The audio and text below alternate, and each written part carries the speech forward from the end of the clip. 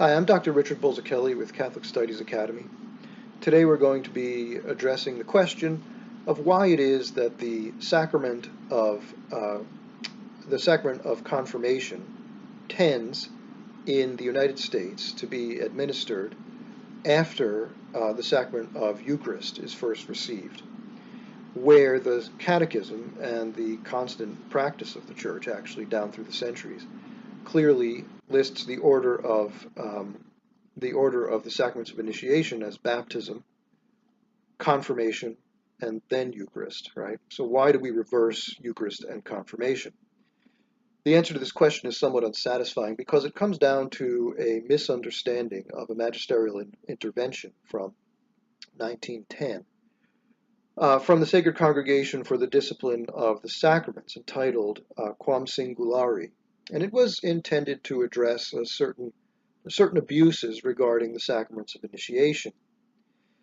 So what had happened was, due to various influences, including Jansenism, which tended to be a somewhat rigorous sect within the Catholic Church, the sacraments of initiation were being withheld, right, for a long period of time. Baptism was being administered to infants, but confirmation was being withheld until the point at which a person could reverently receive Holy Communion, right?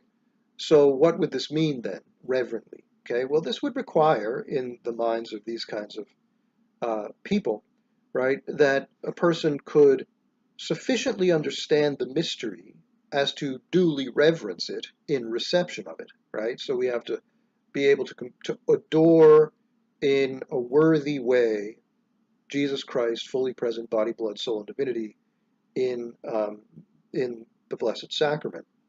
At that point, we would also have to be morally pure enough to do so, right? And so this combination, of course, is a very difficult one to find. What happens then is that children grow into adulthood without ever really having been fully initiated into the faith, and sometimes they reach adulthood and even die, right? They die before they're ever fully initiated into the faith. But they're also being deprived of the grace of the sacraments, right? So in this document, right, we also see that the Jansenist proposition that the Eucharist is a reward rather than a remedy for human frailty is condemned, right? And whereas the Council of Trent had said that it's an antidote whereby we're freed from daily faults and preserved from mortal sins. So this grace that's given through Eucharistic communion, right? And we would also say the sacrament of confirmation, right, is being withheld from people. And then we're complaining that they, even after they become fully aware of what this sacrament really involves, right, they're not morally prepared to receive it. So this is a terrible combination, and it was to correct this abuse that this decree was given. But unfortunately, in receiving this decree, at least in the American Church, what happened was they moved, according to the instruction, the sacrament of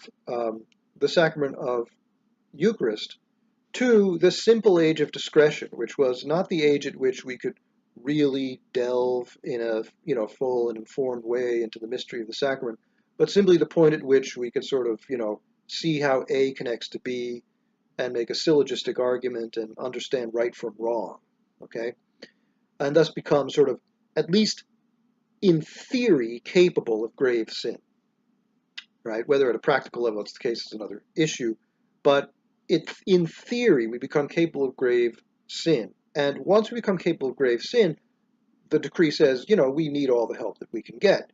And so it's not to be withheld.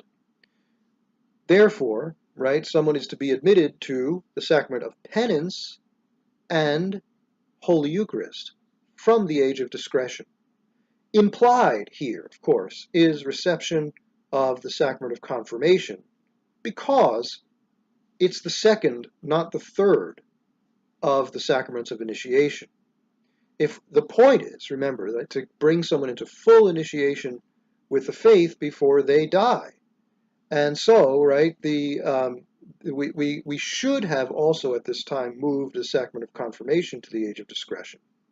Unfortunately, it wasn't ever explicitly mentioned in the text, and so the sacrament of confirmation was left where it was, while the sacrament of Eucharist was moved to an earlier age, along with the sacrament of reconciliation.